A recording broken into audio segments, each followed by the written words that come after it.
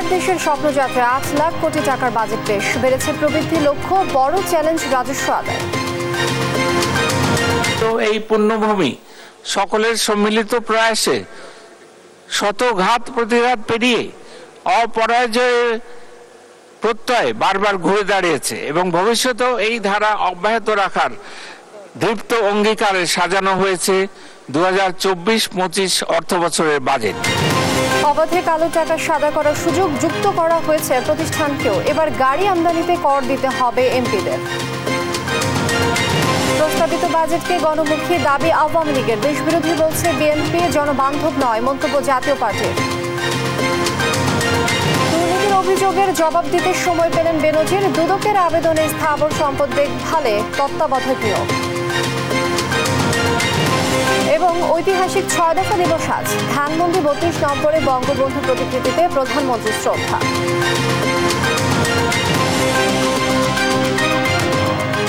দেখছিলেন শিরোনাম সংবাদ সকালের সঙ্গে আছি আমি লিনি আফরোজ। এবার বাজেটের খবর।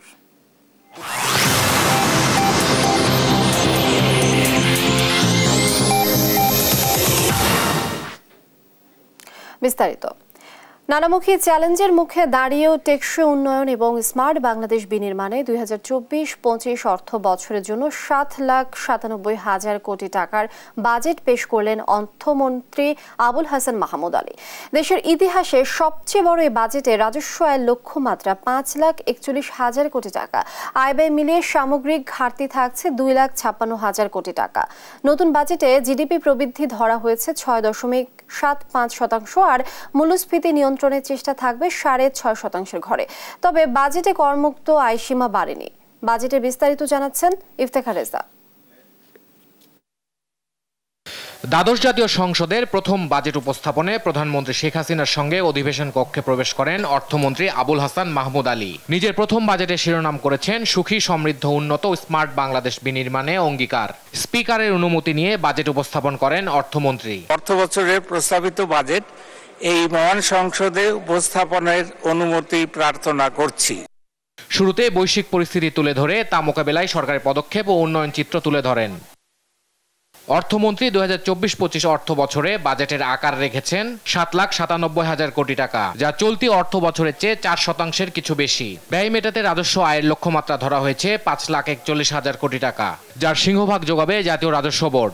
তাদের লক্ষ্যমাত্রা দেওয়া হয়েছে 4,80,000 কোটি টাকা। কর রাজস্বের পরিমাণ জিডিপির 10% উন্নীত করার লক্ষ্যে প্রশাসনিক সক্ষমতা বৃদ্ধি, কর জাল সম্প্রসারণ এবং কর আদায় ও রাজস্ব ব্যবস্থাপনার অটোমেশন এবং হিউম্যান ইন্টারফেস কমানো ইত্যাদি পদক্ষেপ গ্রহণ করা হচ্ছে। নতুন অর্থ বছরে পরিচালন ব্যয় ধরা হয়েছে 5,06,971 কোটি টাকা, আর উন্নয়ন ব্যয় 2,81,453 কোটি টাকা। এর মধ্যে এডিপিতে বরাদ্দ 2,65,000 কোটি এবং এডিপি বহির্ভূত প্রকল্পে ব্যয় 7,627 কোটি টাকা। আয় ব্যয় মিলিয়ে বাজেটে ঘাটতি 2,51,600 কোটি টাকা। অনুদান বাদ দিলে তা বেড়ে দাঁড়াবে 2,56,000 কোটি টাকায়, যা জিডিপি 4.6%। ঘাটতি মেটাতে বৈদেশিক উৎস থেকে ঋণ নেওয়া হবে 1,27,200 কোটি টাকা, যার 36,500 কোটি টাকা ব্যয় হবে ঋণ পরিশোধে। আর অভ্যন্তরীণ উৎস থেকে 1,60,900 কোটি টাকা ঋণ নেওয়ার পরিকল্পনা রয়েছে সরকারের, যেখানে ব্যাংক খাত থেকে আসবে 1,37,500 কোটি টাকা। নতুন বাজেটে জিডিপি প্রবৃদ্ধির উচ্চাশা বহাল রেখেছেন অর্থমন্ত্রী। অর্থনৈতিক টানাপোড়েনের মধ্যেও প্রবৃদ্ধি লক্ষ্যমাত্রা রেখেছেন 6.75%। টাকার অঙ্কে 55,97,414 কোটি টাকা। আর বাজেটে মূল্যস্ফীতি লক্ষ্যমাত্রা ধরা হয়েছে 6.5%। নতুন অর্থ বছরে মূল্যস্ফীতি নিয়ন্ত্রণকে মূল চ্যালেঞ্জ মানছেন অর্থমন্ত্রী। মূল্যস্ফীতির হার কমিয়ে আনার লক্ষ্যে সংকোচনমূলক মুদ্রানীতি অনুসরণ করা হচ্ছে এবং রাজস্ব নীতিতেও সহায়ক নীতি কৌশল অবলম্বন করা হচ্ছে। মূল্যস্ফীতির চাপ থেকে সাধারণ মানুষকে সুরক্ষা দিতে ফ্যামিলি কার্ড, ওএমএস ইত্যাদি কার্যক্রম জোরদার করা হয়েছে। আমাদের গৃহীত এসব নীতি কৌশলের ফলে আশা করছি আগামী অর্থ বছরে মূল্যস্ফীতি 6.5% নেমে আসবে। এর আগে মন্ত্রিসভায় বিশেষ বৈঠকে 2024-25 অর্থ বছরের প্রস্তাবিত বাজেট অনুমোদন দেওয়া হয়। জাতীয় সংসদ ভবনের মন্ত্রিসভা কক্ষে অনুষ্ঠিত বৈঠকে সভাপতিত্ব করেন প্রধানমন্ত্রী শেখ হাসিনা। ইফতেখার রেজা, দেশ টিভি, ঢাকা। প্রস্তাবিত বাজেটে রাজস্ব খাতে এবারও বড় ধরনের পরিবর্তন এসেছে। এবার রেকর্ড রাজস্ব আয়ের লক্ষ্য দেয়া হয় জাতীয় রাজস্ব বোর্ডকে।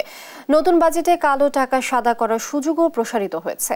এতদিন ব্যক্তি পর্যায়ে কালো টাকা সাদা করার সুযোগ থাকলেও এবারই প্রথম প্রতিষ্ঠানের জন্য সে সুযোগ রাখা হয়েছে। এছাড়া ৩৬ বছর পর এমপিদের গাড়ি আমদানির উপর বসানো হয়েছে শুল্ক। বিস্তারিত নিয়াজ মোর্শেদের প্রতিবেদনে। দেশের ইতিহাসে ঘোষণা হলো ৫৪তম বাজেট। আর এ বাজেটে রাজস্ব লক্ষ্যমাত্রা ধরা হয়েছে ৪,৮০,০০০ কোটি টাকা। এর মধ্যে আয়, মুনাফা ও মূলধনের উপর কর ধরা হয়েছে ১,৭৫,৬২০ কোটি টাকা। মূল্য সংযোজন কর ১,৮২,৭৮৩ কোটি টাকা। এছাড়া সম্পূরক শুল্ক ধরা হয়েছে ৬৪,২৭৮ কোটি টাকা। আমদানি শুল্ক ৪৯,৪৬৪ কোটি টাকা, রপ্তানি শুল্ক ৭০ কোটি টাকা আর আবগারি শুল্ক ধরা হয়েছে ৫,৮০৫ কোটি টাকা। এছাড়া অন্যান্য উৎস কর ধরা হয়েছে ১,৯৮০ কোটি টাকা। আগামী অর্থ বছরে বাজেটের জাতীয় রাজস্ব বোর্ডে বহির্ভূত কর ধরা হয়েছে ১৫,০০০ কোটি টাকা, যার মধ্যে সবচেয়ে বেশি ধরা হয়েছে স্টাম্প বিক্রয় বাবদ ১০,০০০ কোটি টাকা। বাজেটে মধ্যম সারির ব্যবসায়ীদের জন্য নেই তেমন কোনো সুখবর। ১০ লাখ থেকে ৫০ লাখ টাকা পর্যন্ত আবগারি শুল্ক ধরা হয়েছে ৩,০০০ টাকা আর ৫০ লাখ থেকে ১ কোটি টাকা পর্যন্ত ধরা হয়েছে ৫,০০০ টাকা। তবে ১ কোটি থেকে ৫ কোটি টাকা পর্যন্ত ধরা হয়েছে ১০,০০০ টাকা। ব্যাংক হিসেবে স্ল্যাব সমূহ এবং আবগারি শুল্কের পরিমাণ যৌক্তিকীকরণ সহ অফশোর ব্যাংকিং ইউনিটের আওতাধীন আমানতকারী ও বৈদেশিক ঋণদাতাগণের হিসাবের উপর আরোপনীয় আবগারি শুল্ক অব্যাহতি প্রদান করার প্রস্তাব করছে। আসছে অর্থ বছরে সংসদ সদস্যের আমদানি করা গাড়ির উপর ২৫% আমদানি শুল্ক বসানো হয়েছে। পাশাপাশি আমদানি পর্যায়ে ১৫% ভ্যাট আরোপেরও প্রস্তাব করা হয়েছে। ফলে সংসদ সদস্যদের শুল্কমুক্ত গাড়ি সুবিধা পুরোপুরি আর থাকছে না। ৩৬ বছর ধরে শুল্ক কর ছাড়া গাড়ি আমদানির সুযোগ পেয়ে আসলেন এমপিরা। মাননীয় সংসদ সদস্যগণ কর্তৃক গাড়ি আমদানির ক্ষেত্রে শুল্ক কর অব্যাহতি সুবিধা সংক্রান্ত বিধানটি পরিবর্তন করা যেতে পারে। এই লক্ষ্যে সংশ্লিষ্ট মাননীয় মন্ত্রী মহোদয়কে এ সংক্রান্ত বিধান প্রয়োজনীয় সংশোধনী অন্তর্ভুক্ত করার প্রস্তাব করা হয়েছে। আর কালো টাকা সাদা করার সুযোগ ব্যক্তি ছাড়াও থাকছে এবার প্রতিষ্ঠানেরও। নগদ টাকা ১৫% কর দিয়ে বিনা প্রশ্নে কালো টাকা সাদা করা যাবে। তবে এ নিয়ে রয়েছে মিশ্র প্রতিক্রিয়া। অর্থ বিল ২০২৪ সংসদে উত্থাপিত হলো। নিয়াজ মোর্শেদ, দেশ টিভি, ঢাকা। ২০৩১ সালের মধ্যে অতি দারিদ্র্যের হার শূন্যের কোটায় এবং ২০৪১ সালের মধ্যে সাধারণ দারিদ্র্যের হার ৩% নামিয়ে আনতে প্রস্তাবিত বাজেটে বিশেষ গুরুত্ব দিয়েছেন অর্থমন্ত্রী। ২০৪১ সালের মধ্যে সুখী, সমৃদ্ধ, উন্নত, স্মার্ট বাংলাদেশ বিনির্মাণে উন্নয়নশীল দেশের জন্য বাংলাদেশ রোল মডেল বলেও জানান তিনি। সর্বোপরি নির্বাচনী ইশতেহারের প্রতিশ্রুতি বাস্তবায়নই ২৪-২৫ অর্থ বছরের বাজেটের মূল লক্ষ্য। বিস্তারিত জান্নাতুল মোহনার প্রতিবেদনে। বাংলাদেশ এখন বিশ্বের ৩৩তম বৃহৎ অর্থনীতির দেশ। ২০৪১ সালের মধ্যে স্মার্ট বাংলাদেশ বিনির্মাণে দরকার সমতা ও ন্যায়ভিত্তিক সুখী সমাজ ব্যবস্থা। এজন্য প্রয়োজন ডিজিটাল অর্থনীতি এবং বিজ্ঞান ও প্রযুক্তি নির্ভর সাক্ষরতা। বৃহস্পতিবার আগামী অর্থ বছরের বাজেট অধিবেশনে সুখী, সমৃদ্ধ, উন্নত, স্মার্ট বাংলাদেশ বিনির্মাণে অঙ্গীকার করেন অর্থমন্ত্রী আবুল হাসান মাহমুদ আলী। আমরা এগিয়ে যাব অপার সম্ভাবনাময় আগামীর পথে ইনশাআল্লাহ। জানান, দেশে দারিদ্র্যের হার কমেছে, নিরাপদ পানি পাচ্ছে ৯৮.৮% মানুষ, শিক্ষার হার বেড়েছে, খাদ্য উৎপাদন বেড়েছে, যোগাযোগ অবকাঠামো বৃদ্ধি পেয়েছে, ডিজিটাল সেবার সংখ্যা কয়েকশো গুণ বেড়েছে, এমনকি ফ্রিল্যান্সারের সংখ্যায় বাংলাদেশ বিশ্বের দ্বিতীয়। জিডিপির গড় প্রবৃদ্ধি হয়েছে ৬.৭% বেশি। দারিদ্র্যের হার ১৮.৭% এবং অতি দারিদ্র্যের হার ৫.৬% নেমে এসছে। অতি দারিদ্র্যের হার শূন্যের কোটায় আনা, অর্থনৈতিক স্থিতিশীলতা নিশ্চিত, সামুদ্রিক সম্পদের সর্বোচ্চ ব্যবহার, জলবায়ু পরিবর্তনের প্রভাব মোকাবেলা সহ ১৪টি বিষয়ের উপর এ বাজেটে বিশেষভাবে প্রাধান্য দেওয়া হয়েছে বলেও জানান মন্ত্রী। আগামী অর্থ বছরের জন্য বাজেট প্রণয়নের সময় আমরা এই বিষয়গুলো বিশেষ বিবেচনায় নিয়েছি। সর্বোপরি ২০৪১ সালের মধ্যে সুখী, সমৃদ্ধ, উন্নত, স্মার্ট বাংলাদেশ বিনির্মাণে প্রতিটি খাতে শতভাগ আধুনিকায়ন ও প্রযুক্তির সর্বোচ্চ ব্যবহারে গুরুত্ব দেওয়া হয়েছে বলে জানান অর্থমন্ত্রী। ভৌত, সামাজিক ও প্রযুক্তি অবকাঠামো বিনির্মাণের প্রতি জোর দেওয়া হয়েছে। জান্নাতুল মোহনা, দেশ টিভি, ঢাকা। নতুন বাজেটে প্রায় ২৭টি নিত্যপণ্যের দাম কমানো হচ্ছে। বাজারে কি আসলে এর প্রভাব পড়ছে? এ নিয়ে আরো জানাতে চট্টগ্রাম থেকে সরাসরি যুক্ত হচ্ছেন সহকর্মী AKM নাজিম। নাজিম, আপনি নিশ্চয়ই শুনতে পাচ্ছেন।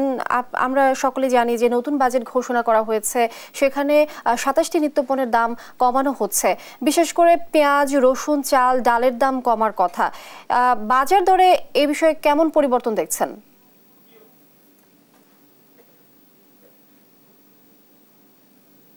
পরে আসলে চট্টগ্রামে যে নিত্যপণ্যের বাজার নিত্যপণ্য রয়েছে সেগুলোর দাম বাড়ছে। আর একটি বিশেষ বাজেটকে আসলে কেন্দ্র করে দাম বাড়ানো হয়নি, কারণ বাজেটের আগে থেকেই এসব পণ্যের দাম কয়েক গুণ বেড়ে গেছে। কারণ পেঁয়াজ, রসুন, আদা থেকে শুরু করে এইসব পণ্য কোরবানিকে কেন্দ্র করে আরো গত প্রায় 15 দিন আগে থেকে এগুলোর দাম বাড়তে দিকে। কারণ আমরা গতকালকে খাতুনগঞ্জে গিয়ে যেটি পাইকারি বাজারে দেখেছি, পাইকারি বাজারের প্রতি কেজি পেঁয়াজ বিক্রি হচ্ছে 78 থেকে 80 টাকা পর্যন্ত। সেই পেঁয়াজ খুচরা বাজারে এসে 95 থেকে 100 টাকা পর্যন্ত বিক্রি হচ্ছে। পাশাপাশি রসুন, আদা থেকে শুরু করে অন্যান্য যেসব পণ্য রয়েছে সেগুলোর দাম কয়েক গুণ বাড়তির দিকে।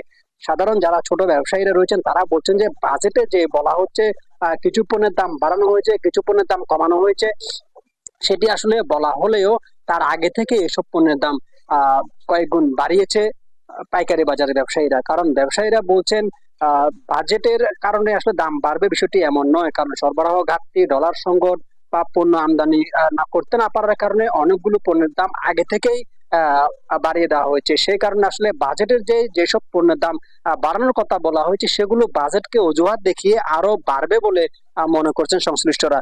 কারণ সামনে যে পবিত্র কোরবান, সেই পবিত্র কোরবানিকে কেন্দ্র করে মশলা জাতীয় যেসব পণ্য রয়েছে সেগুলোর মধ্যে আদা, দারচিনি, এলাচ, রং থেকে শুরু করে আরো যেসব মশলা জাতীয় পণ্য রয়েছে সেগুলোর দাম হু করে বাড়ছে। কারণ আমরা খাতুনগঞ্জে দেখেছি যে যেই এলাচের যে 1500 টাকা এলাচ কেজি পাইকারিতে বাজারে, সেটি খুচরা বাজারে বিক্রি হচ্ছে প্রায় 4500 থেকে 5000 টাকা। পাশাপাশি চাল ডাল থেকে শুরু করে যেসব নিত্য পণ্যের প্রয়োজন রয়েছে সেগুলোর দাম আসলে বাড়তির দিকে। কারণ গত সপ্তাহে থেকে আমরা যেটি জেনেছি, চালের পাইকারি বাজারে প্রতি কেজি চাল 3 থেকে 4 টাকা পর্যন্ত বেড়েছে। পাশাপাশি অন্যান্য ডাল, তেল থেকে শুরু করে চিনি যেসব পণ্য রয়েছে সেগুলোর দাম বাড়তির দিকে। কারণ ব্যবসায়ীদের একটি অভিযোগ যে পাইকারি বাজারে এসবের দাম আগে থেকে বাড়তির দিকে। আর বাজেটকে অজুহাত দেখিয়ে কিছু ব্যবসায়ী এসব পণ্য মজুত করে খুচরা বাজারে এসবের দাম বাড়িয়ে দিচ্ছে। আর খুচরা বাজারে যেসব ব্যবসায়ী রয়েছেন তারা বলছেন বাজারে সরবরাহ কম, সরবরাহ ঘাটতি। আসলে বরাবরের মতো এসবের অজুহাত দেখিয়েই মূলত নিত্য প্রয়োজনীয় এসব পণ্যের দাম বাড়ানো হচ্ছে। আর এখন যেহেতু বাজেট ঘোষণা করা হয়েছে, বাজেটে কিছু কিছু পণ্যের দাম কমানোর কথা বলা হয়েছে, কিছু কিছু পণ্যের দাম বাড়ানোর কথা বলা হয়েছে। সেগুলো বলা হলে আসলে বাজেটকে অজুহাত দেখিয়ে যেসব পণ্যের দাম এমনি বাড়তে থেকে সেগুলোর দাম আরো বাড়িয়ে দিয়েছে ব্যবসায়ীরা। আরেকটি বিষয় হচ্ছে যে সিগারেটের কথা যে বলা হচ্ছে দাম বাড়ানো হচ্ছে, সেই সিগারেটের দাম আসলে কয়েক গুণ বাড়তে দিয়ে। কারণ আমরা দেখেছি 8-10 টাকার যে সিগারেট রয়েছে, আমরা দেখেছি যে 8 থেকে 10 টাকার যে সিগারেট সেটি 15 থেকে 16 টাকা পর্যন্ত বিক্রি হচ্ছে। পাশাপাশি 18 টাকার যে সিগারেট সেটি 20 টাকা পর্যন্ত বিক্রি হচ্ছে। সব মিলিয়ে বলা যায় বাজেটকে অজুহাত দেখিয়ে আগে থেকে যেসব পণ্যের দাম বাড়তে দিকে সেগুলো বাজেটের কারণে আরো কয়েক গুণ বেড়েছে। তাই সাধারণ ভোক্তারা বলছেন এই যে বাজেটকে দেখিয়ে যেসব পণ্যের দাম বাড়ানো হয়েছে বা আগে থেকে বাজারে যেসব পণ্যের দাম বাড়ছে দিকে সেগুলো নিয়ন্ত্রণের জন্য কঠোর মনিটরিং প্রয়োজন। কারণ কঠোর মনিটরিং যদি না হয় তাহলে বাজেটকে অজুহাত দেখিয়ে আগের দাম বাড়ানো পণ্যগুলোর দাম আরো বাড়তে দিকে। কারণ সামনে যেহেতু কোরবানকে কেন্দ্র করে এসব পণ্যের দাম আরো কয়েকগুণ বাড়িয়ে দেবে কিছু অসাধু ব্যবসায়ী। এই ছিল চট্টগ্রাম থেকে আমার কাছে থাকা সর্বশেষ। নাজিম, অসংখ্য ধন্যবাদ। দর্শক, চট্টগ্রাম থেকে যুক্ত ছিলেন সহকর্মী নাজিম। নিত্যপণ্যের বাজার নিয়ে জানাতে এবার ভোলা থেকে যুক্ত হচ্ছেন সহকর্মী ছোটন সাহা। ছোটন, এবারের বাজেটে তো এলাচ, দারচিনি, লবঙ্গের দাম কমানো হয়েছে, বাজারে এর প্রভাব কেমন দেখছেন? লিনিয়া, বাজারে যে অবস্থা আমরা দেখেছি গতকালকে বাজেট পেশ করার পর থেকে বাজারে যে পূর্বে যে সমস্ত পণ্যের দাম রয়েছে সেগুলো কিন্তু আজকে সকাল থেকে রয়েছে। অর্থাৎ বলা যায় যে কোনো প্রভাব পড়েনি। তবে যে সমস্ত পণ্যের দাম আপনার কমানোর কথা রয়েছে বাজেটে সেটি কিন্তু সেই আগের দামই রয়েছে। অর্থাৎ আজকের বাজারে আমরা দেখেছি এলাচির দাম কিন্তু বিক্রি হচ্ছে 3400 টাকা কেজি দরে এবং একই সাথে জিরার দামও কিন্তু বেড়েছে। সবচেয়ে যেই পণ্যটি বেড়েছে মশলার মধ্যে আজকের বাজারে আমরা দেখেছি কেজি প্রতি আদা বিক্রি হচ্ছে কিন্তু 260 টাকা। যে আদা কিন্তু দুদিন আগেও আদার দাম ছিল কেজি প্রতি আমরা যেমনটি জেনেছি 180 থেকে 120 টাকা। একই সাথে কাঁচা মরিচের দামও কিন্তু বৃদ্ধি পেয়েছে এবং রসুনের দামও কিন্তু বৃদ্ধি পেয়েছে। রসুন কেজি প্রতি বিক্রি হচ্ছে 220 টাকা। পেঁয়াজের দাম ছিল 60 টাকা, সেটি আজকের বাজারে কিন্তু বিক্রি হচ্ছে 80 টাকার দরে। এবং একই সাথে অন্যান্য যে কাঁচা পণ্য রয়েছে, মুদি পণ্য রয়েছে এবং মাছ মাংস রয়েছে, সেগুলো কিন্তু ঊর্ধ্বমুখী।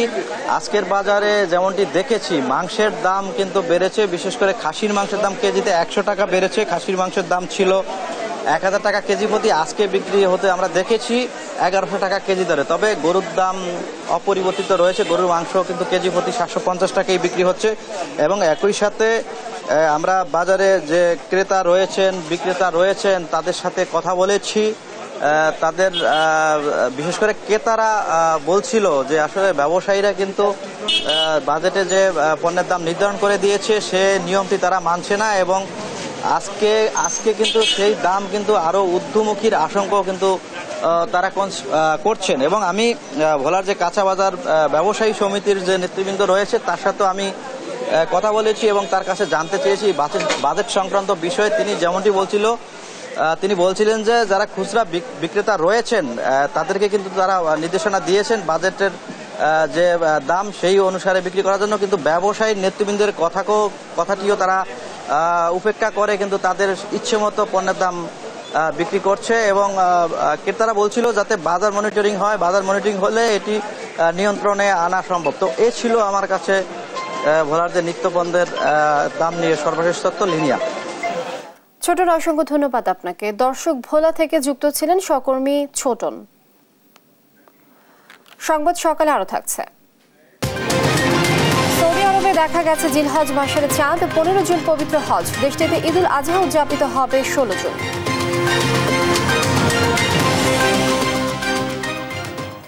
ঐতিহাসিক 6 দফা দিবসে প্রতিকৃতিতে ফুল দিয়ে জাতির পিতা বঙ্গবন্ধু শেখ মুজিবুর রহমানের প্রতি শ্রদ্ধা জানিয়েছেন প্রধানমন্ত্রী শেখ হাসিনা। শ্রদ্ধা জানায় আওয়ামী লীগের সহযোগী সংগঠনের নেতাকর্মীরা। সাধারণ সম্পাদক ওবায়দুল কাদের বলেন, 75-এর পর যারা 6 দফাকে এদেশে নিষিদ্ধ করেছিল তারাই 15ই আগস্টের হত্যাকাণ্ডের সঙ্গে জড়িত। জয় যাদবের রিপোর্ট। 1966 সালের 5 ও 6 ফেব্রুয়ারি লাহোরে পাকিস্তানের বিরোধী দলগুলোর এক সম্মেলনে পূর্ব বাংলার স্বায়ত্তশাসন প্রতিষ্ঠার লক্ষ্যে আওয়ামী লীগের পক্ষ থেকে 6 দফা তুলে ধরেন শেখ মুজিবুর রহমান। আইয়ুব খান অস্ত্রের ভাষায় 6 দফা মোকাবেলার ঘোষণা দেন। প্রতিবাদে 7 জুন হরতালের ডাক দেয় আওয়ামী লীগ। ছাত্র শ্রমিক জনতা অভূতপূর্ব সাড়া দেয় সেই ডাকে। মুক্তিকামী মানুষের মিছিলে গুলি চালায় পাকিস্তানি সামরিক জান্তা। শহীদ হন মনু মিয়া, আবুল হোসেন সহ আরও অনেকে। 6 দফাই হয়ে ওঠে বাঙালির মুক্তি সনদ। দিনটি উপলক্ষে শুক্রবার সকালে ধানমন্ডির 32 নম্বরে প্রতিকৃতিতে ফুল দিয়ে জাতির পিতার প্রতি শ্রদ্ধা নিবেদন করেন প্রধানমন্ত্রী শেখ হাসিনা। পরে দলের কেন্দ্রীয় নেতাদের সঙ্গে নিয়ে বঙ্গবন্ধুর প্রতি শ্রদ্ধা জানান আওয়ামী লীগ সভানেত্রী শেখ হাসিনা। শ্রদ্ধা নিবেদন শেষে সাধারণ সম্পাদক ওবায়দুল কাদের বলেন, 6 দফাই এদেশের স্বাধীনতার টার্নিং পয়েন্ট। স্বাধীনতার পথে এটা স্বাধিকার সংগ্রামের টার্নিং পয়েন্ট। তিনি অভিযোগ করেন, 75-এর পর যারা এদেশে 6 দফা 7ই মার্চ নিষিদ্ধ করেছিল তারাই 15ই আগস্টের খুনি চক্রের সঙ্গে জড়িত। এই দিবসটি যারা নিষিদ্ধ করে দেয় তারা খুনের সঙ্গে 75-এর তারা জড়িত। তারা বঙ্গবন্ধুকে হত্যা করেনি, তারা হত্যা করতে চেয়েছিল আমাদের মুক্তিযুদ্ধের মূল্যবোধকে, আমাদের স্বাধীনতার আদর্শকে। প্রস্তাবিত বাজেট নিয়ে শনিবার আওয়ামী লীগ আনুষ্ঠানিকভাবে প্রতিক্রিয়া জানাবে বলেও এ সময় জানান ওবায়দুল কাদের। জয় যাদব, দেশ টিভি, ঢাকা। প্রস্তাবিত বাজেটকে সংকটে বাস্তবসম্মত গণমুখী বাজেট হিসেবে আখ্যায়িত করেছেন আওয়ামী লীগ সাধারণ সম্পাদক ওবায়দুল কাদের। সংসদ ভবনে সাংবাদিকদের দেয়া প্রতিক্রিয়ায় তিনি একথা জানান। এ সময় তিনি আরো বলেন, এবারের বাজেটে নির্বাচনী ইশতেহারকেই অগ্রাধিকার দেয়া হয়েছে। সংকটের বাস্তবসম্মত গণমুখী বাজেট এবং এই বাজেট বাংলাদেশ আওয়ামী লীগের নির্বাচনী যে ইশতেহার, সেখানে আমাদের যে অঙ্গীকার দ্রব্যমূল্য নিয়ন্ত্রণ, কর্মসংস্থান, সোশ্যাল সেফটি নেটওয়ার্ক, এই বিষয়গুলোকে গুরুত্ব দেওয়া হয়েছে। প্রস্তাবিত বাজেটকে দেশ বিরোধী তথাকথিত লুটপাটের বাজেট বলে মন্তব্য করেছেন বিএনপির মহাসচিব মির্জা ফখরুল ইসলাম আলমগীর। গুলশানে বিএনপি চেয়ারপারসনের রাজনৈতিক কার্যালয়ের সামনে সাংবাদিকদের সাথে আলাপকালে তাৎক্ষণিক প্রতিক্রিয়ায় এমন দাবি করেন মির্জা ফখরুল। পরিকল্পনা করা হয়েছে, অর্থাৎ এই যে আপনাদের সেই তথাকথিত বাজেট যেটা দেওয়া হয়েছে আর কি, এই বাজেটে আপনার আয়ের চেয়ে ব্যয় অনেক বেশি, এবং আপনার যে সমস্ত জায়গাগুলোতে আপনার আয়ের অংশ দেখানো হচ্ছে, তাতে করে সাধারণ মানুষের উপরে সমস্ত বোঝাটা গিয়ে পড়ে যাচ্ছে। কয় রূপপুর আপনার প্ল্যান্ট, কোথায় রূপপুর প্ল্যান্ট? এখন তো রূপপুর প্ল্যান্ট কোনো হচ্ছে না, একটু এগোচ্ছে না। কোথায় গেল আপনার সেই পায়রা বন্দর, সেই বন্দরের কাজগুলো কোথায় গেল? আর কি আপনার ফ্লাইওভার, এলিভেটেড এক্সপ্রেসওয়ে, খুব ভালো কথা, বাট ইন হোয়াট ওয়ে আপনি সাধারণ মানুষের সমস্যাগুলো সমাধান করছেন? এখন এই বাজেটের মধ্যে সবচেয়ে বড় আপনার সমস্যা যেটা, সেটা হচ্ছে যে এখানে এমপ্লয়মেন্ট জেনারেট করা, ক্রিয়েট করার মধ্যে কিছু নাই, নতুন করে মানুষের কর্মসংস্থানের কোনো ব্যবস্থা নেই। পুরো বাজেটে দেখবেন মেগা প্রজেক্টের এবং মেগা চুরি, মেগা দুর্নীতির জন্য করা হয়েছে। সুতরাং এই বাজেটকে শুধুমাত্র তথাকথিত ভাষায় গণবিরোধী বলবো না, এটা আসলে বাংলাদেশ বিরোধী বাজেট। দেখছেন সংবাদ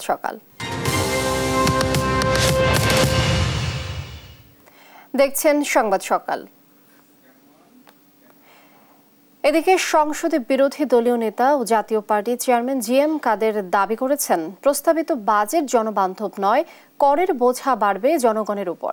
রাজধানীতে বাজেট প্রতিক্রিয়ায় তিনি একথা বলেন। বাজেট জনবান্ধব মোটেই হয়নি, এবং জনগণের উপর চাপ তো আসছেই। আমি বলছি ট্যাক্স যেখানেই যত রেয়াত দেখ, সর্বোচ্চভাবে আয় তারা বেশি করবার জন্য টার্গেট নিয়েছেন, এবং বেশিরভাগটা আয় করবেন ওরা পরোক্ষ করের মাধ্যমে, যার ফলে সাধারণ জনগণের উপরে করের বোঝা বাড়বে। সাধারণ জনগণের কোনো মুক্তির উপায় নেই, কোনো চাকরির সুবিধা নেই, যেহেতু আমাদের ফরেন ইনভেস্টমেন্ট আসছে না, এবং সেগুলো আনার কোনো বন্দোবস্ত নেই, যেহেতু যে সেরকম পরিবেশ সৃষ্টি করা হয়নি। আমরা বিদেশিরা এখানে এসে টাকা ইনকাম করে দেশে নিয়ে যেতে পারে না, তো বিদেশে কে আসবে? তো জব ক্রিয়েশন হবে না। তো আমার যদি জিনিসপত্রের দাম উঠে, আমার যদি চাকরি বাকরির সুযোগ না হয়, তাহলে জনবান্ধব কীভাবে বলো? এইসব ব্যাপারে ওনাদের কোনো রকম কোনো দিক নির্দেশনা আমরা দেখতে পাই। আইনমন্ত্রী আনিসুল হক বলেছেন, বৈশ্বিক অর্থনীতির প্রেক্ষাপটে মূল্যস্ফীতি নিয়ন্ত্রণে এ বাজেট দেওয়া হয়েছে। আর রাশেদ খান মেনন বলেছেন, এ বাজেটে IMF এর শর্ত পূরণ ছাড়া আর কিছুই নেই। জাতীয় সংসদে বাজেট প্রতিক্রিয়ায় তারা এসব কথা বলেন। সোশ্যাল সেফটি নেট এটা বাড়ানো হয়েছে, মুদ্রাস্ফীতি কমানোর যে চ্যালেঞ্জ সেটাকে মোকাবেলা করার জন্য ব্যবস্থা নেওয়া হয়েছে, এবং সার্বিকভাবে আমার মনে হয় এটা জনগণের কল্যাণে যে ওয়েলফেয়ার স্টেট যেটা আমরা বলি, সেইটা বিল্ড আপ করার জন্য যেটা প্রয়োজন সেইটাই বাজেটে পরিলক্ষিত হয়েছে। জাতির পিতার কন্যা শেখ হাসিনা, আপনারা ওটা সাক্ষী আছেন, উনি শুধু স্বপ্ন দেখেন না, স্বপ্ন বাস্তবায়ন করেন। তাই যে বাজেট আজকে অনেকের কাছে হয়তো মনে হবে এটা পরিপূর্ণ করা কষ্টসাধ্য, তবে আমি বিশ্বাস করি আল্লাহ রাব্বুল আলামিন যদি ওনাকে হায়াতে তওবা দান করেন, ইনশাল্লাহ এই বাজেট পরিপূর্ণ হয়েও আমরা সামনেতে আরও ভালো জিনিস পাবো।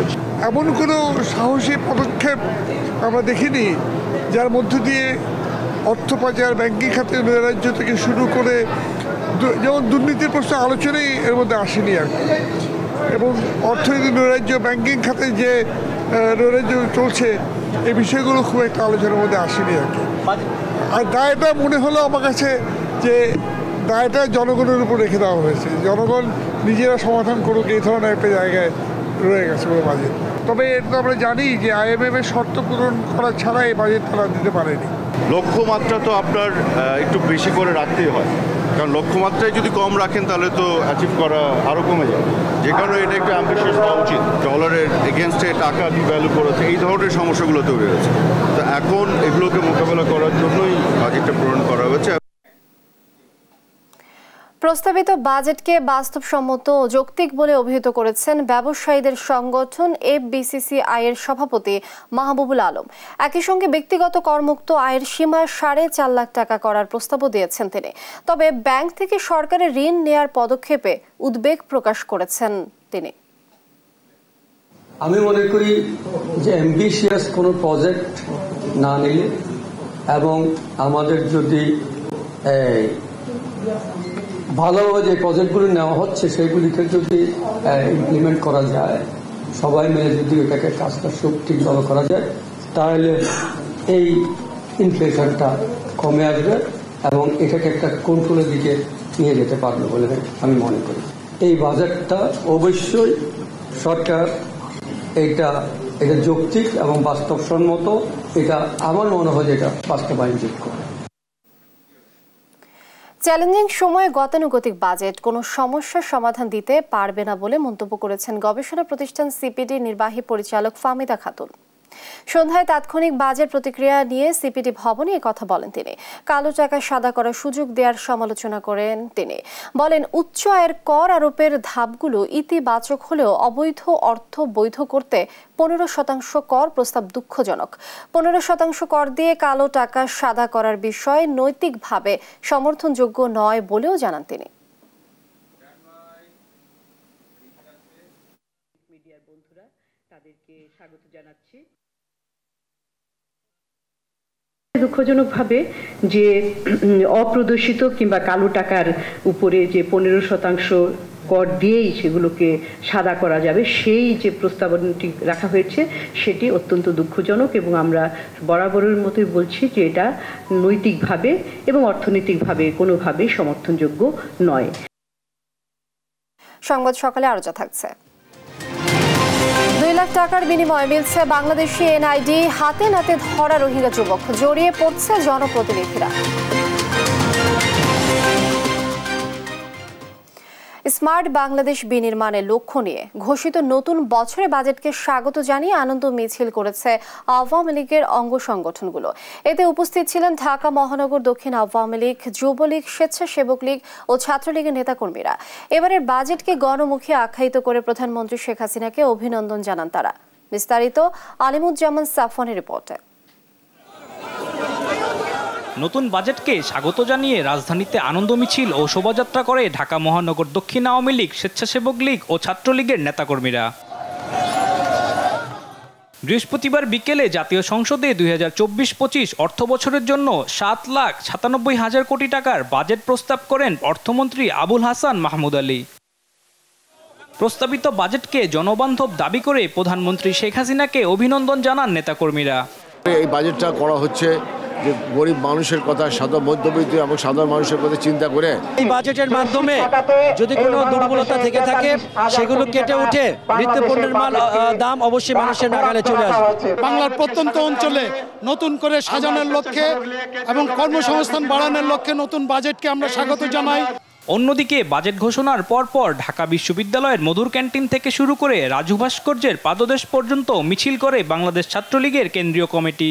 বাজেট ঘোষণা করা হয়েছে, এটি তরুণ প্রজন্মের স্বপ্নের প্রতিফলন ঘটেছে, বিশেষ করে আমাদের যুবকদের কর্মসংস্থান এবং আধুনিক মানসম্মত শিক্ষা ব্যবস্থার সুযোগ নিশ্চিত করা। বাজেটের মাধ্যমে বেকারত্ব সমস্যার সমাধান বহুলাংশেই সামনের দিকে এগিয়ে যাবে। রাজধানীর বিভিন্ন জায়গা থেকে আসা নেতাকর্মীরাও বাজেটকে স্বাগত জানান। শতভাগ জনমুখী বাজেট, এটা বিশেষ করে গরিব দুঃখী মেহনতি খেটে খাওয়া মানুষ তাদের ভাগ্যের উন্নয়নের বাজেট। আজকের যে বাজেট দেওয়া হয়েছে সেই বাজেটটাকে গণমুখী বাজেট বলা হয়েছে এবং সকল মহলে এটা প্রশংসিত হয়েছে। প্রস্তাবিত এই বাজেটে জনদুর্ভোগ কমে আসবে বলে প্রত্যাশা করেন তারা। আলিমুজ্জামান সাফওয়ান, দেশ টিভি, ঢাকা। দেখছেন সংবাদ সকাল।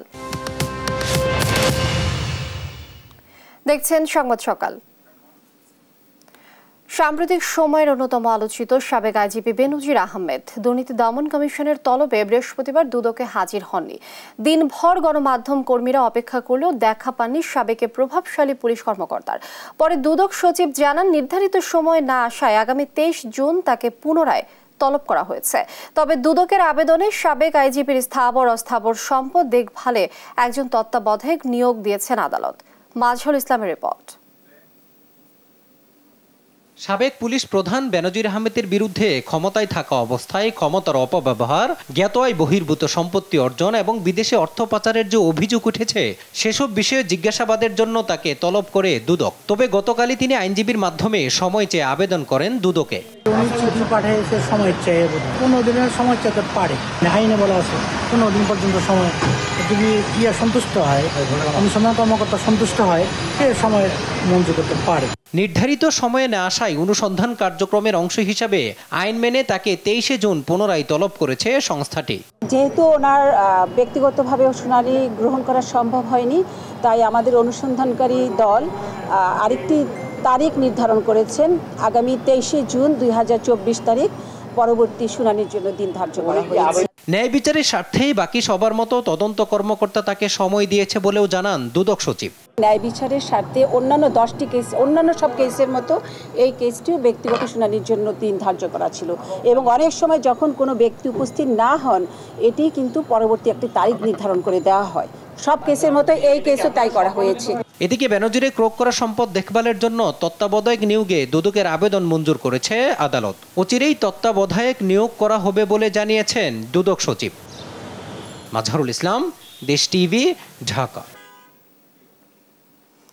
পিতামাতার ভুয়া নাম ও ভুয়া ঠিকানা বানিয়ে রোহিঙ্গা জাহেদুল্লাহ এসেছিল বাংলাদেশের জাতীয় পরিচয়পত্র বানাতে, আর তাকে এতে সহযোগিতা করছিলেন এক জনপ্রতিনিধি।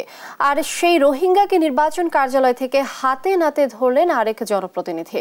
বিশেষ দালাল চক্রের মাধ্যমে 2 লাখ টাকার বিনিময় হচ্ছিল এ কাজ, যা স্বীকার করলেন সেই রোহিঙ্গা যুবক। সুযোগ পেলেই আশ্রিত জীবন ছাড়তে নানা কায়দা কৌশল করে থাকেন রোহিঙ্গারা, আর এ কাজে জড়িয়ে যাচ্ছে জনপ্রতিনিধিদের নাম, রয়েছে তাদের বিশেষ দালাল চক্র। জাহেদুল্লাহ নামের এক রোহিঙ্গা যুবককে বানিয়ে দেওয়া হচ্ছিল বাংলাদেশি জাতীয় পরিচয়পত্র। এজন্য ব্যবহার করা হয় ভুয়া ঠিকানা ও ভুয়া পিতামাতার পরিচয়। ছবি তুলতে আসলে জেলা নির্বাচন কার্যালয় থেকে তাকে আটক করেন স্থানীয় এক জনপ্রতিনিধি। আটক রোহিঙ্গা যুবক জানান, 2 লাখ টাকার বিনিময়ে জাতীয় পরিচয়পত্র তৈরি করে দেওয়ার কাজ নেয় এক দালাল চক্র। আইডি কার্ড করা 2 লাখ টাকার মধ্যে 1 লাখ টাকা তুলা ফেলাই আর 1 লাখ টাকা আইডি কার্ড করানোর পর দিব লোগো হই, তাহলে 1 লাখ টাকা হিবা আই দি ফেলাই, তাই আর 1 লাখ টাকা নয়। 2017 সালে মিয়ানমার থেকে নির্যাতনের মুখে পালিয়ে আসা এই রোহিঙ্গা যুবকের বসবাস উখিয়ার কুতুপালংয়ের 7 নম্বর ক্যাম্পে। সৌদি আরবে পাড়ি জমাতে তিনি দালালের মাধ্যমে এনআইডি কার্ড করতে এসেছেন বলে স্বীকার করেন। আইডি কার্ড আমি বিদেশ যাব, আইডি কার্ড করতে চাই, পাসপোর্ট করে বলা বিদেশ যাব। তোর বাসার এঙ্গুলোর হ্যাঁ থিওগর বাসার জিয়াত বাসা আছে, হ্যাঁ জায়গার নাম আই না জানি, মগর আমি একবার গেলাম জায়গা যাইলে মানে চিনা দিয়ে মৃত্যুর। যে চক্রের মাধ্যমে রোহিঙ্গা যুবক এনআইডি করতে এসেছে, সে চক্রের সদস্য স্বয়ং কক্সবাজার পৌরসভার মহিলা কাউন্সিলরের সহকারী মফিজ ও দালাল জহুরা। রোহিঙ্গা যুবককে নির্বাচন অফিস থেকে হাতে নাতে ধরার পর যাচাই বাছাইয়ের পর এমন তথ্য দেন আরেক কাউন্সিলর। এখানে বিভিন্ন একটা বড় চক্র রয়েছে, রোহিঙ্গা চক্র। তারা বিভিন্ন মাধ্যম দিয়ে মানুষদেরকে মা বাপ বানিয়ে তারা ভোটার করায়। আজকে সকালে থেকে আজকে অনেকগুলা ফাইল তারা ছবি উঠাই ফেলছে, যেগুলো আমি জানিও না। আজকে যদি আমি না যাইতাম, এই রোহিঙ্গাও ভোটার হয়ে যেত। পৌরসভা এলাকায় দালালের উৎপাত বেড়েছে, তাদের বিরুদ্ধে ব্যবস্থা নেওয়ার কথা জানান কক্সবাজার পৌরসভার ভারপ্রাপ্ত মেয়র। দালালদের আপনারা চিহ্নিত করুন এবং দালালদের আইনের আওতায় আনুন। এবং এখানে যে বারবার মফিজের কথা বলা হচ্ছে, মফিজকে আমরা আগেও 2-1 বার ওয়ার্নিং দিয়েছি, আমাদের মেয়র মহোদয়ও তাকে আগেও ওয়ার্নিং করা হয়েছে তাকে পৌরসভায় না আসার জন্য। তো বিনীত অনুরোধ করব, আপনারাও ওনার ব্যাপারে একটু সজাগ থাকবেন। কক্সবাজারের উখিয়া টেকনাফের বিভিন্ন ক্যাম্পে বাস করে প্রায় 12 লাখ রোহিঙ্গা। প্রতিদিনই আইন শৃঙ্খলা বাহিনীর চোখ ফাঁকি দিয়ে ছড়িয়ে ছিটিয়ে পড়ছে তারা। বিষয়টি উদ্বেগের বলে মনে করছেন সংশ্লিষ্টরা। নিউজ ডেস্ক, দেশ টিভি। দেখছেন সংবাদ সকাল।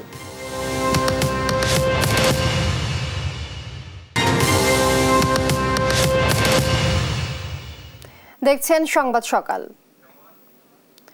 আন্তর্জাতিক প্রসঙ্গ। গাজা জাতিসংঘ পরিচালিত একটি স্কুলে বেসামরিক ফিলিস্তিনিদের উপর ইসরায়েলি বিমান হামলায় চটেছে যুক্তরাষ্ট্র। সেখানে কি ঘটেছিল তা বিশ্বের সামনে সঠিক তথ্য তুলে ধরতে ইসরায়েলকে আহ্বান জানিয়েছেন মুখপাত্র ম্যাথিউ মিলার। এদিকে রাফা প্রসঙ্গে মার্কিন প্রেসিডেন্ট জো বাইডেনের দাবি করেছেন শহরটিতে পূর্ণাঙ্গ সামরিক অভিযানে যায়নি ইসরায়েল। লুৎফুর কবিরের ডেস্ক রিপোর্ট। জাতিসংঘের পরিচালিত এই স্কুলে আশ্রয় নিয়েছিলেন গাজার সাধারণ ফিলিস্তিনিরা। বৃহস্পতিবার ভোরে ইসরায়েলের ভয়াবহ বোমা হামলার পর সকালে সেই আতঙ্কের ছাপ বেঁচে যাওয়াদের চোখে মুখে। বেঁচে থাকাদের বেশিরভাগই কোনো না কোনোভাবে আহত হয়েছেন। ভয়ঙ্কর ঘটনার বর্ণনা দেন এই নারী। গতরাত কতটা কঠিন ছিল আমাদের জন্য বোঝানো যাবে না। রকেটের বিস্ফোরণের শব্দে জেগে উঠি। হামলায় মানুষের মরদেহ চারদিক ছড়িয়ে ছিটিয়ে পড়ে থাকতে দেখি। কয়েকটি শিশু চিৎকার করতে করতে মারা গেছে। তাদের রক্তে ভেসে যায় স্কুল। আমার ভাতিজাও শহীদ হয়েছে। তাকে না দেখেই বিদায় জানাতে হলো। এই কষ্ট কাকে দেখাবো? নুসেরাত শরণার্থী শিবিরে এই স্কুলে আশ্রয় নিয়েছিলেন বাড়িঘর হারানো অনেক ফিলিস্তিনি। এতটুকু জায়গাও এখন আর নিরাপদ নয় তাদের জন্য। স্কুলে হামলায় ইসরায়েলি ব্যবহৃত যুক্তরাষ্ট্রের দেয়া অস্ত্রের যন্ত্রাংশ ব্যবহার হয়েছে বলে CNN সহ একাধিক সংবাদ মাধ্যমের বিশ্লেষণে তা উঠে এসেছে। এ নিয়ে নতুন করে চাপে ওয়াশিংটন। এ প্রসঙ্গে বৃহস্পতিবার হোয়াইট হাউসের মুখপাত্র তেল আবিবকে হামলার ঘটনাটি স্পষ্ট করার আহ্বান জানান। এ বিষয়ে আমরা ইসরায়েলি সরকারের সঙ্গে যোগাযোগ করেছি। তারা হামাসের 20-30 জন সদস্যকে লক্ষ্য করে এ অভিযান পরিচালনা করে। আমাদের এমনটাই জানিয়েছে, যা নির্ভুল হামলা। আমরা ভিডিওগুলো পর্যালোচনা করে দেখেছি। তবে সেখানে 14 শিশু নিহত হয়। তারা নিশ্চয়ই সন্ত্রাসী নয়। আশা করি পুরো ঘটনাটির সঠিক তথ্য তুলে ধরবে ইসরায়েল। ইসরায়েলের সেনাবাহিনীর এই মুখপাত্র ড্যানিয়েল হ্যাগেরির দাবি, গাজার হামাসকে টার্গেট করেই হামলা চালানো হয়েছে। যদিও তা প্রত্যাখ্যান করেছে উপত্যকার স্বাধীনতাকামী সংগঠন হামাস। জাতিসংঘের স্কুলে হামলাকে খুবই দুঃখজনক ঘটনা বলে মন্তব্য করেছেন সংস্থাটির মহাসচিবের এই মুখপাত্র। There are no schools operating in Gaza. এদিকে ইসরায়েলি প্রধানমন্ত্রী নেতানিয়াহুর সঙ্গে বৃহস্পতিবার বৈঠক হয়েছে সেনাবাহিনীর শীর্ষ পর্যায়ের কর্মকর্তাদের। তিনি বলেন, আন্তর্জাতিক চাপের মুখেই গাজায় অভিযান চালিয়ে যাচ্ছে তার সেনারা। מדינת ישראל נמצאת במערכה קשה. উপত্যকার রাফায় পূর্ণ মাত্রায় অভিযানে না যাওয়ায় নেতানিয়াহুকে ধন্যবাদ জানিয়েছেন মার্কিন প্রেসিডেন্ট জো বাইডেন। এবিসি নিউজকে সাক্ষাৎকারে তিনি বলেন, নেতানিয়াহু তার কথা শুনেছেন। লুৎফর কবির, নিউজ ডেস্ক, দেশ টিভি।